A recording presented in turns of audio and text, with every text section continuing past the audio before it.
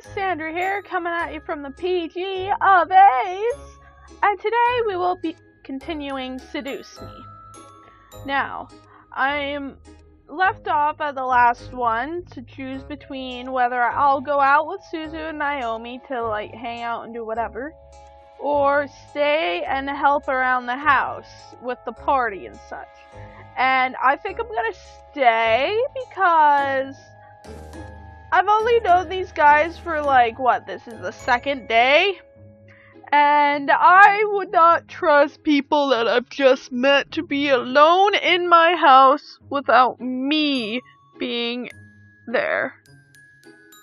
So, sorry girls, but I'm gonna have to stay home. Are you sure? I'm sure. Besides, it is my housewarming party. I should help out too. Want us to help out as well? I think we got it all taken care of. Thanks though, girls. Alright, we'll head on out then so we're not in the way. Sorry guys, I'll hang out with you guys soon. It's all good, Anderson. We'll definitely come to the housewarming party tonight. Thank you. I led them back into the lobby and walked them to the doors, opening it for them with a thankful smile. They both gave me hugs before walking out to Naomi's car, which was parked in the driveway. And with that, they left. I was happy that they wanted to help, but I had to do this on my own. It was not their work, so I didn't want to force it on them, just because they were my best friends. I had the entire day to work. The party was tonight, and we had to do all we could to make everything right. We sat down and talked about what needed to happen before the party started that night. Each guy had been assigned a different part of the party to do, and right after lunch we began to work. Since everything was taken care of by at least one incubus, James told me I could assist one of them. The question was, who? Damien with the lobby, Matthew with cooking, James with the garden, Sam with the front yard, or Eric with the dining room.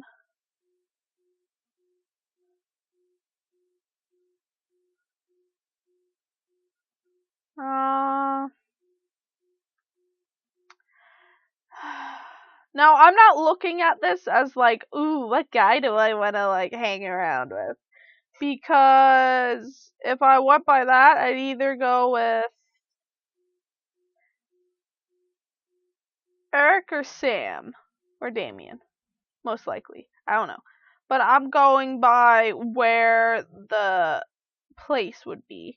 So I could be with Damien at the lobby, Matthew with the cooking, James, and I don't really like cooking. Lobby would be decorating and all that. James with the garden to make it look as pretty as it can. Sam with the front yard, or Eric with the dining room. I would rather go with the garden, because I like the garden.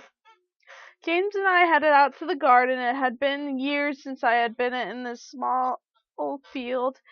The gazebo was smaller than I remembered, but I had grown since I had last seen it.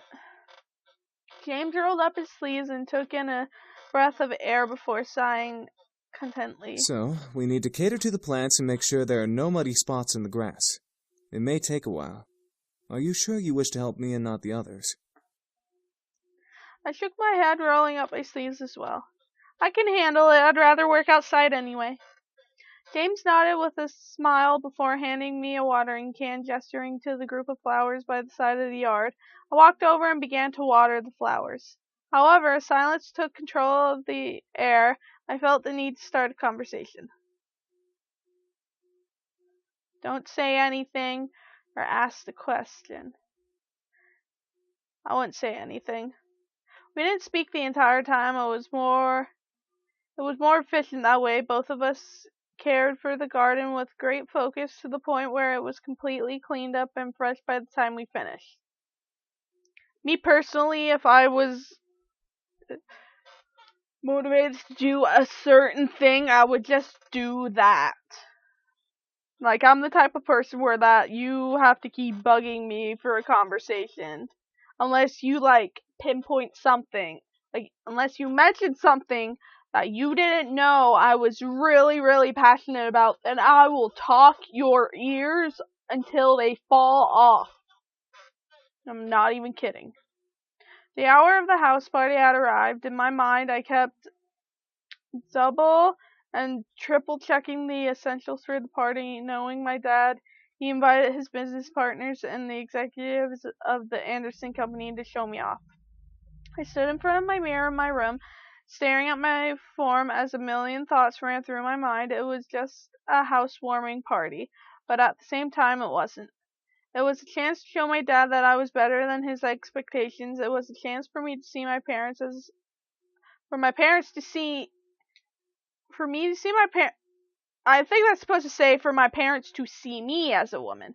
It was my test to see if I was really ready to live on my own. Well, not truly alone. I had the incubi to thank, but even so, I didn't have my dad guiding me or my mom helping me through the living. A knock on my door broke my thoughts, surprising me. Who is Hey, it? are you okay in there? Your parents should be here soon, so you should hurry getting ready. Well, I'm ready, but... What? I'm sure you look fine, Anderson. Just come on out. Alright. As soon as I opened the door to the hall, I watched as Naomi and Suzu's faces turned from smiles to complete awestruck stares. Damn, I look nice. What? Dude, you look hot. Yeah, you look amazing. Where did you get that dress? I've had it for a while, I just never had the chance to wear it. I figured I might as well bring it out now. I stepped out of my room and closed my bedroom door behind me. As I walked down the hall to the grand lobby, the incubi stood waiting for me at the bottom, all dressed to the nines as proper servants. Whoa, they really know how to dress well, don't they? Yeah. I was slightly taken aback on how great the boys looked in uniform. Each had the pose of a perfect gentleman, even Sam. I slowly began to climb down the stairs with Susan and Naomi behind me. The boys watched as I descended the stairs one step at a time, like knights waiting for their princess. I felt my face slightly flush, but I quickly shook my head to try and regain my thoughts.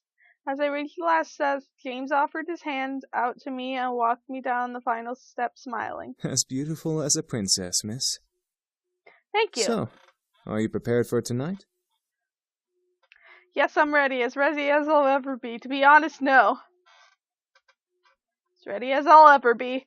I couldn't deny that I was nervous, but I had to try. This party was more than what it seemed, and I had done all that I could to prepare for it. Now it was all up to fate.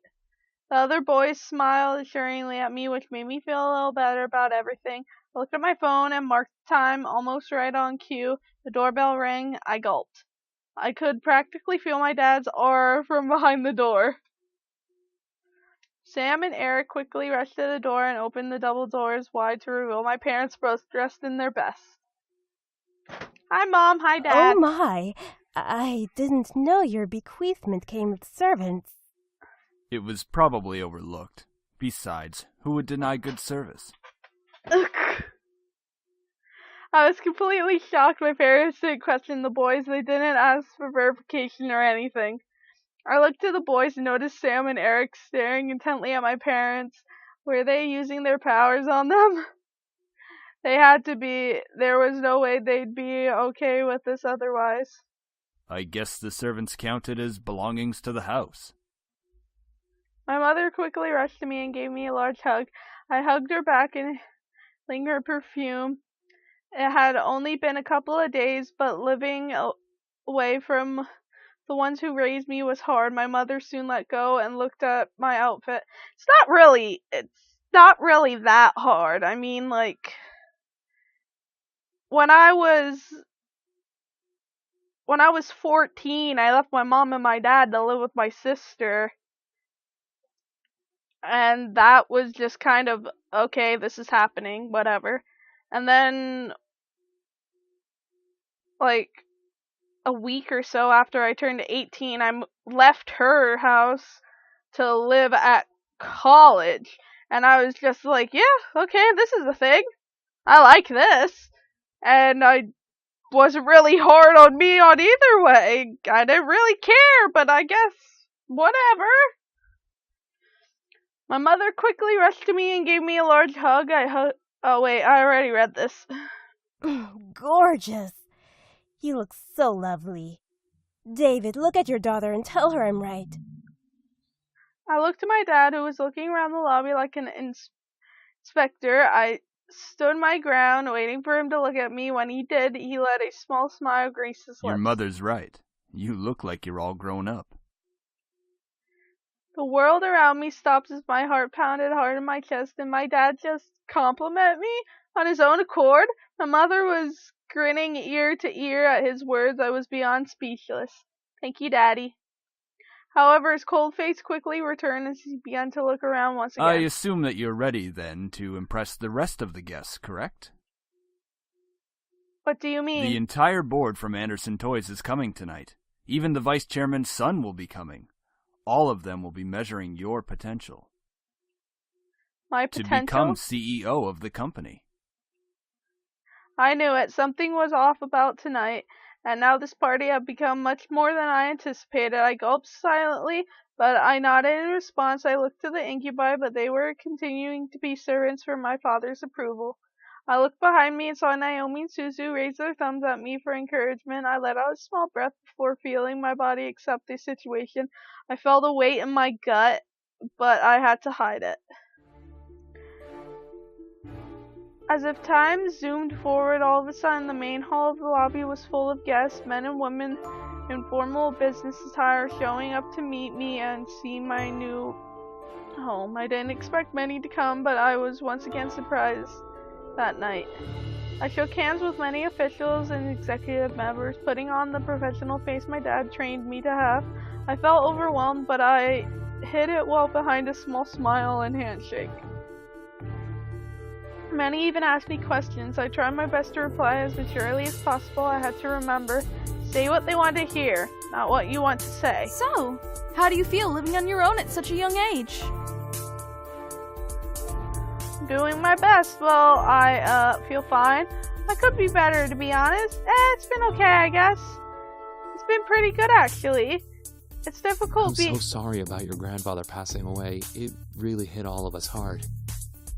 I didn't mean to hit that! I don't even know what I hit! Sorry, but I don't want to talk about it. Thank you for your condolences. Do you have college plans? It's kind of up in the air. We'll see. There's a possibility.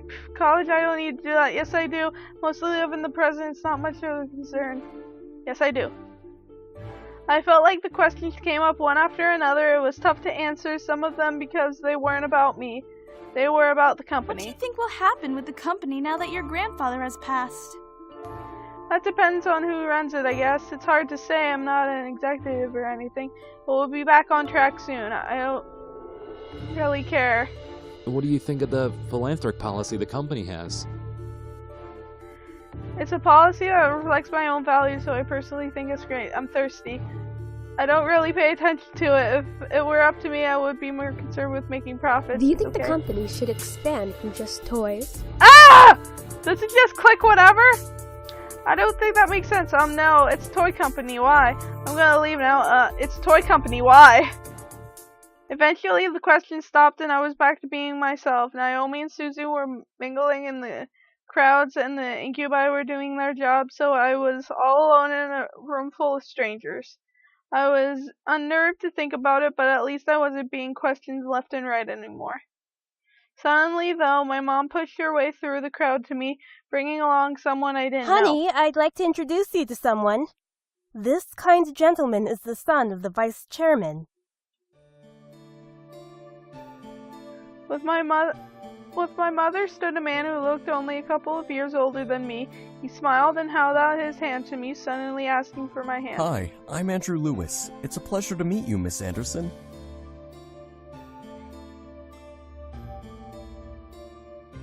As I placed my hand in his, he raised it to his lips and kissed over my knuckles. I felt my face burn slightly at the gesture. Andrew smiled at me before releasing my hand. I'm honored to be invited here. My mother smiled at both of us, which made me slightly concerned. Why was she excited to introduce me to Andrew? So, you organized this party very well, Miss Anderson. You're welcome. Praise is very much deserved. Andrew then chuckled nervously, bringing a soft fist to his lips to cover his laugh properly before smiling at me. Alright. Where's this conversation I'm headed? sorry if I seem a little forward. I've just been excited to meet Harold Anderson's granddaughter. And on that note, we will find out why in the next episode. So thank you guys for watching. Leave a like if you enjoyed. Subscribe if you want. I make new videos whenever I can. And I will see you guys in the next video I make. Later, skaters!